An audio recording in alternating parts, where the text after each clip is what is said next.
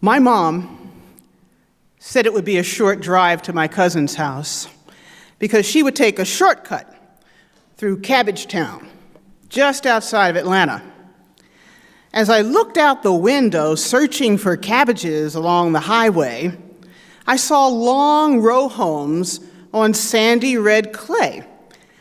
I saw an old mill and lots of old cars and men milling about and women standing around them and children playing in red dirt. That was the first time that I laid eyes on these kind of people, and my curiosity kept my head pressed against the window in the back seat. It was late, and my dad was finishing up work at his office in Philadelphia downtown, and a man came up to him on Broad Street with tousled blonde hair and asked him if he could spare some change. I was stunned that this man was asking my father for money. And I stared at him, very disappointed, and mostly disappointed at my father as he gave him the loose change in his pocket that I had begged for just an hour earlier. As the man walked away, I stared at him, curiously wondering why this man was a beggar. My great-grandfather, whose father was an enslaved person, liked to tell stories. One day he was telling us a story about something, and he looked to all the adults in the room and said, "Well, you know, they ain't nothing but po' white trash." And everybody chuckled, and I laughed hard along, even though I didn't know what I was laughing at until years later in South Boston. There, I was working with white youth living in public housing. One afternoon, I went into the home of one of the kids who was having a tough time, and I wanted to meet Mom. And as Mom welcomed me in, she directs me to sit down. I look down and see I am about to sit on the whole front seat of a Mustang that was serving as a couch. I sat down very carefully, as if traveling in a foreign land, waiting for some social cues, if I should sit a certain way in this chair, this couch that I had never seen. How could I guide my moves in this strange place I had landed? These were the people I brushed up against, drove by, heard about, and wondered about. These were the other white people. These were the white people that I and everyone around me had nothing but disdain for. They were the butt of our jokes as we watched the Beverly Hillbillies and Hee Haw as kids. Later, they morphed into Honey Boo Boo and Duck Dynasty, and they became sort of pop culture junk food for me and my friends as we drank craft beer at art openings. This was one group of people that my upper middle class friends and I, of all backgrounds, could agree on, that we were better than them. According to Nancy Eisenberg, author of White Trash, The Untold History of Class in America, my attitudes about this population had been carefully curated by the deliberate myths of noble Puritans, bronze statues, and the delusion that America is a classless society. These childhood fantasies and falsehoods about America's bootstrap options for white people over time gave way to the truth that is indeed a class-bound society. Much longer before Occupy Wall Street, long before Bernie Sanders, long before there was a country at all. In White Trash, Eisenberg takes a very particular look at class in the United States, examining the white outcasts whom politicians from Andrew Jackson to Donald Trump have sought to rally, but otherwise have remained vilified, shunned, targeted, and kept apart, both physically in poorhouses and trailer parks, through eugenic science and discriminatory policy, and in the nation's cultural imagination, where they have inspired mockery, kitsch, unceasing grimaces, and eye-rolling. One of America's founding myths, of course, is that the simple act of leaving England and boldly coming across the Atlantic to new lives in the colonies had an equalizing effect on Americans to be. They thought that it would swiftly narrow the distance between the indentured and the merchant and the landowner and the clerk. We were taught to believe the New World was seen as a land of freedom and possibility. The truth is that it was widely viewed at the time as an unproductive wasteland, an ideal place to ship England's undesirables and deplorables. Now, while some Europeans did cross the Atlantic to seek religious and political freedom, many more came as convicts, prostitutes, orphans, and indentured servants. In fact, in 1619, King James I was so fed up with these little vagrant boys milling around the new marketplace that he asked the Virginia Company to ship them overseas. 3 years later, John Donne, you know, that wonderful John Donne whose poetry we love. Yes, that John Donne wrote about the colony of Virginia as if it were England's spleen and liver, draining, as he says, the ill humors of the body to breed good blood. Colonial America was a place where the surplus poor, the waste people of England, could be converted into economic assets. England's most destitute city dwellers were sent there, including children, shipped by the hundreds to the colonies in a practice known as spiriting, creating a class of white laborers that served as disposable property. And that included one little kid called Little Bess, Elizabeth Armstrong, sent to Virginia at 8 years old for stealing 2 spoons. Among those unheroic transplants, Eisenberg describes them in the language of the English elites. They describe them as roguish highwaymen, mean vagrants, Irish rebels, known whores, and an assortment of convicts shipped away for petty crime and for just being poor. Our founding fathers, who supposedly cherished the creed of equality for all, had far less faith in the common white man than we suppose. I share a birthday with Benjamin Franklin. I grew up in Philadelphia. I love history.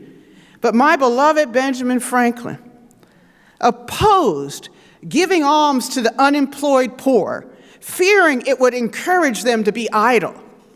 Thomas Jefferson urged the creation of a uniquely American stock of hardworking, virtuous citizens and thought that those who did not measure up were like livestock unfit for breeding. The poor were seen as expendable and deserving of scorn. They were called waste people, offscourings, lubbers, bog rotters, rascals, rubbish, squatters, crackers, clay eaters, tackies, mudsills, scallywags, briar hoppers, hillbillies, low downers, white niggers, degenerates, trash, rednecks, trailer park people, swamp people.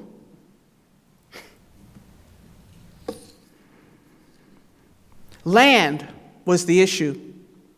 Land undergirded the enduring class hierarchy. As property ownership determines the social pecking order today, hereditary titles may have gradually disappeared, but large land grants to those who had property remained central to the American system of privilege. Now, this book, White Trash, that I kept running around the house talking about every chapter I read, driving everyone nuts, it's cringeworthy. There were moments that I cringed reading this. It's a history lesson, a chronology of a caste system that's been here for 500 years. Second, it's an effort to explain why some white people seem hopelessly relegated to a lower rung on the economic ladder, a position that has much to do with cultural heritage as it does with financial resource. Finally, I found this book to be a cautionary tale about how poor white people are manipulated systematically and purposefully to be excluded from full participation in the society in which we live. Poor white people are reminded every single day that Wall Street, Silicon Valley, Washington, D.C., and Hollywood can get along fine without them, and that very few people are willing to make a genuine effort to get to know who they are or to improve their well-being. Meanwhile, it's statistically probable that their wages are stagnant, their kids' education is subpar, their water is at risk of chemical poisoning, moms drink too much, and dads are dying from what the Center for Disease Control now calls, on their website, deaths of despair. Deaths of despair as a result of suicide and opiates. Poor white trash means unwanted, disposable, non-human. Whether we admit it or not, we have come to accept white trash as an inevitability, like the trash we have in our house. We stick it as far away as possible so we don't have to smell it. Now, while I experienced a re-education reading this book, there were a couple of questions that kept me up at night that I want to share with you. The first question was, why was I, upper middle class, black elite of Philadelphia, father a politician, that kind of family, why was I so interested in poor white people? Why? Was it the gaze of Cabbage Town and the stories of my great-grandfather and the car seat couches that made me a voyeur, peeking into the windows of white poverty to understand why these white people could not seemingly take advantage of and reap the fruits of being white in America? What's the matter with them? They're white. With every new fact that I discovered of their oppression, I had a strange, sort of schizophrenic compassion for these people who were victims of the same system and ideology that exploited people of color. In fact, when I read that there was a movement to sterilize poor white women in the 1930s and serious academic attempts, conferences, academic papers, designed to have conversations about, can we classify poor whites as a separate race? You gotta read it. I smiled though when I read this, dreaming that if more people knew this history, maybe it could spark the multiracial poor people's movement that I'd always dreamed Dr. King would do someday. Because our suffering is connected through policies and twisted, screwed up beliefs. But like all smiles, and especially snarky ones, which I'm familiar with doing many times a day, my smile quickly gave way to my lived experience. And one lived experience of angry white faces looking at me. and also the experience of one angry white face in particular. It's a vicious face that many of us of a certain age will remember. A vicious face of a 15-year-old white girl standing behind a 15-year-old black girl walking into her newly integrated school in Little Rock, Arkansas. It's a powerful image. That was 1957. Some of you remember that face. But now, I wanted to know who she was. So I did some research and found out that the woman's name was Hazel Bryan. And over the years, too, the two women met in the 70s, and they did a little book tour together. They came together. It was a beautiful story, very Oprah-like, kind of thing. But I wanted to know who she was then.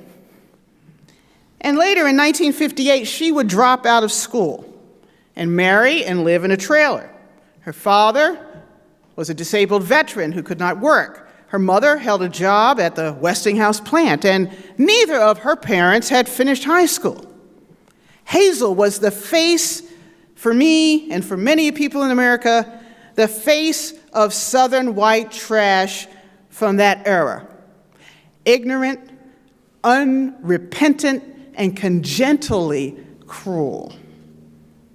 But the real story behind Hazel Bryan is that the white elites rigged the system so she got slightly better schools, got slightly better jobs, got slightly better homes, and they were to defend those privileges against people of color, often violently. Poor whites ended up with the short end of the stick, but they fought against people of color in the knowledge that at least they were better off than the black counterparts who got nothing. President Lyndon Johnson, quite a character, known to great stories and good turns of phrases. And one of his that I particularly enjoyed in preparing this sermon is he said that you can take the poorest white man and tell him he's better than the Negro, all while picking his pocket and taking all his money and opportunity. I soon realized that my fascination with poor white people came from my early affiliation with Unitarian Universalists in Boston and the Socialist Workers' Party that I was a part of in the 70s. For I had a sincere and passionate desire to see a multiracial revolution develop in this country that would wake and shake these folks to join me and seek equality and justice for all. The other question that kept me up at night was, why am I so unsatisfied with conversations that I have with my fellow Unitarian Universalists when I bring up class issues?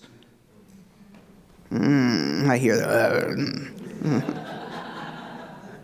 They were plants. We rarely discuss it. And when we do, we often focus on the theoretical poor and the nameless homeless. When I advocate for the poor white man, I get strange and curious looks. When I ask, well, my Unitarian brother or sister, why don't you invite that cousin you're not speaking to since he voted for Trump to church?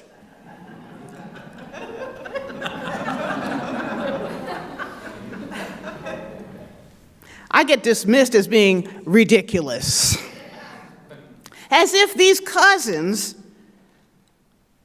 kind of asked for it. The contempt in some of these voices is quite remarkable.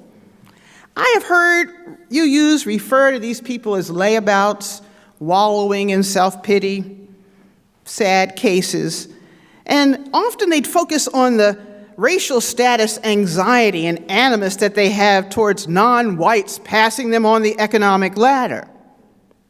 I have received lots of responses, and in their own ways, they are strikingly ungenerous towards a huge number of fellow Americans.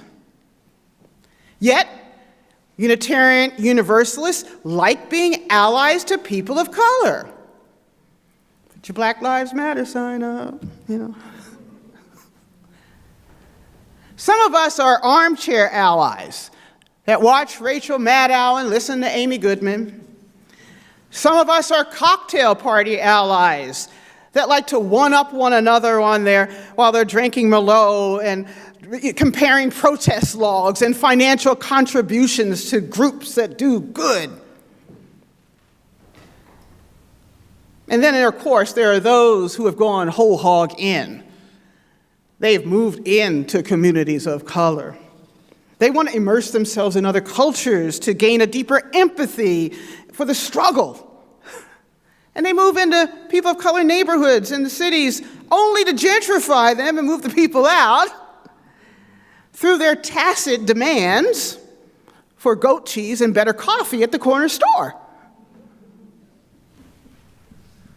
Friends, can we reconcile the rhetoric of a universal free faith with the reality of our present class-bound composition and our self-serving and selective alliances?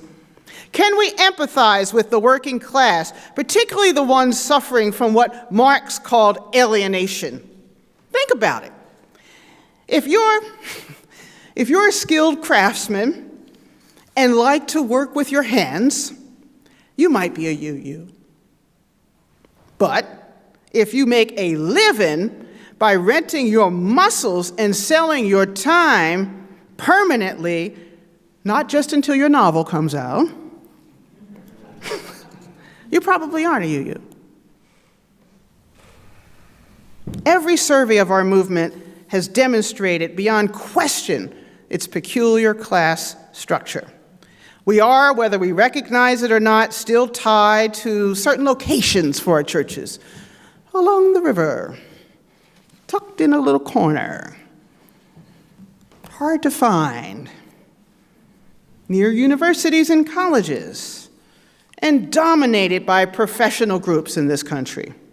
I'd like to suggest that our class identity might be less a result of wealth than a consequence of educational levels we have attained and value. It may be our style, our peculiar spirituality based on those dominant educational levels, rather than our theology, which defines us as a movement. But because we are a movement, I firmly believe that we can transform and evolve.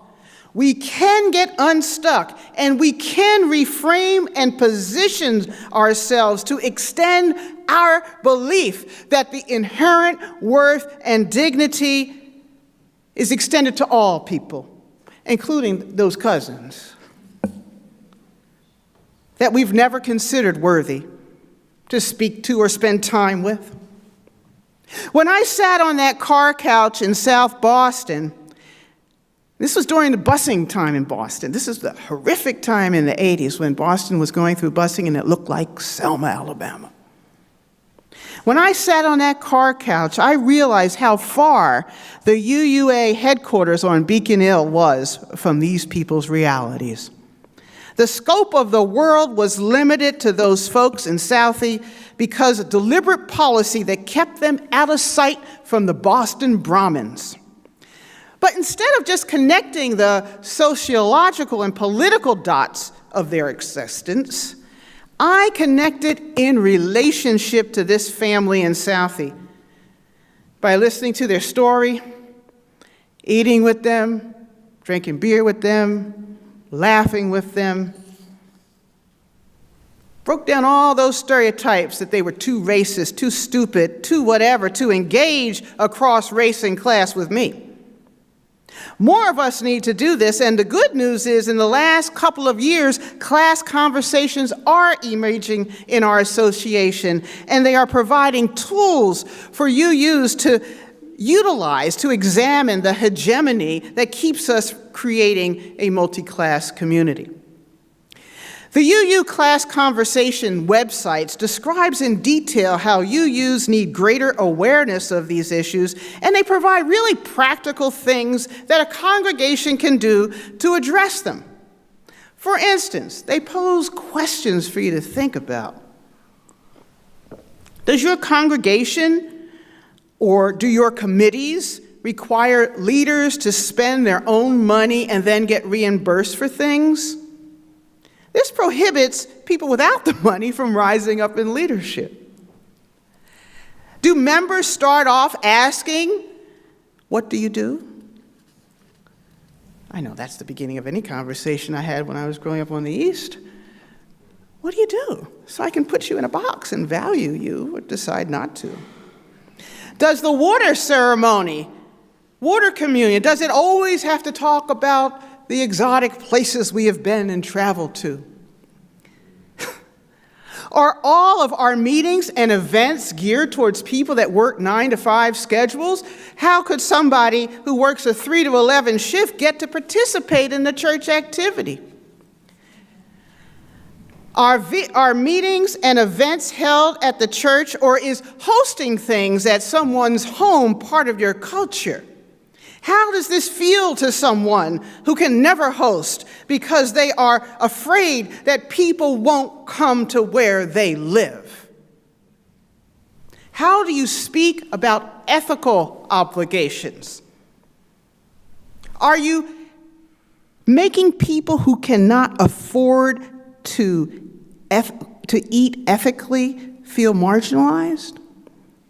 I was in a church not too long ago, and someone came in with a giant thing from Costco of Folgers, good old Folgers coffee. And someone in the coffee hour committee said, "Oh, we don't use that kind of coffee here. We only use fair trade." Big giant thing of Folgers. We don't use that kind of coffee here. Are we presenting things as ethical obligations, which are financially impossible for some people to do, laying on our own guilt?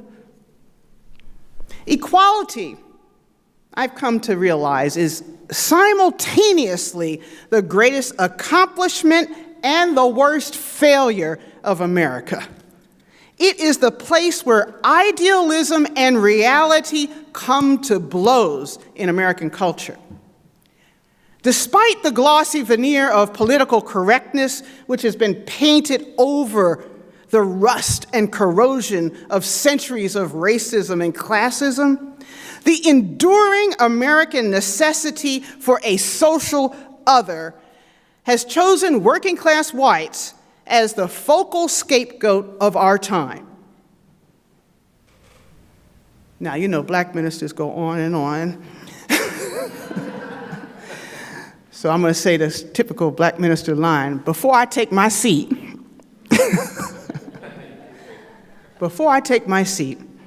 I want to remind us that our theology has a vision to begin the world anew. And this must be with all kinds of people, not just the ones that we're in a social circle with or like-minded liberals. It must be practiced in an ever-attentional manner and in ever-widening circles if our faith is going to be truly transformational. Perhaps this is how Unitarian Universalism can fulfill its democratic vision and become more than a faith for few. But it requires us to remain conscious of our biases.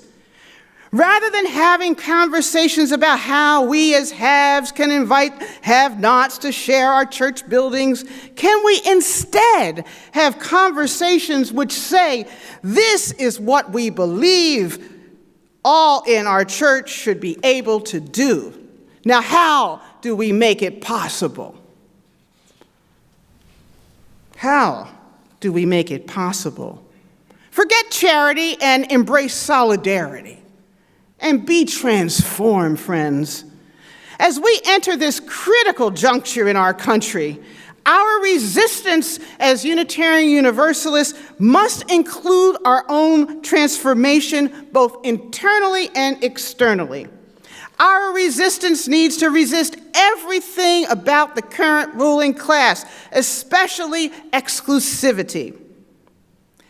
A recent post by a liberal group, Occupy Democrats, some of you may have seen this Facebook group, tells me we have a long way to go. I just go through and read posts, all kind of websites all day long. I was one of the only people in my department, in fact, the only person in my department that knew Trump would win. And I was ostracized for that because I read and listen to everybody, and I love AM radio at night. I do. But in this post, it featured the familiar fear of an imaginary Hillary Clinton deplorable named Gary. And one of the responses to Gary said, "They're stealing our jobs." "Yes, Gary, with your high school diploma, Muhammad the neurologist is stealing your job." Among the more mean-spirited comments on the post was, "Watched an interview with the rural folks from Kentucky, and they are all pinning their hopes on Trump, bringing back the one factory in their town. Good luck with that. Maybe if they had thought about getting an education instead of plopping out babies right and left, they would have had a well-paying job with a secure employment." Occupy Democrats. We, by which I mean the people who strive to stand for opposition to this crazy time that we're in. Those of us who value differences, we can't cherry pick which people to include to empathize with. We can't pick and choose. Call them white trash and rubbish and rednecks and townies and hillbillies, and call them Gary from Ohio who dropped out of college because he couldn't afford it, or he got frustrated taking remedial writing classes. His career choice of factory worker or bartender or busboy or retail clerk or gas station clerk, day laborer or janitor is not really a choice, is it? He is our neighbor, our brother, and our fellow citizen, and his inability to make a decent living is due to circumstances and attitudes and policies far outside his control that were set in motion hundreds of years ago with King James I. And they have not changed very much since then. So finally, when many of my brethren, and I'm talking about my black brethren for a minute, many of my brothers and sisters, we really appreciate your support for Our Black Lives Do Matter. And I appreciate your sincerity in standing up for justice for me. But my final thought to you is, and my challenge to you today is, when are you going to make the lives of those cousins matter as much? Blessed be.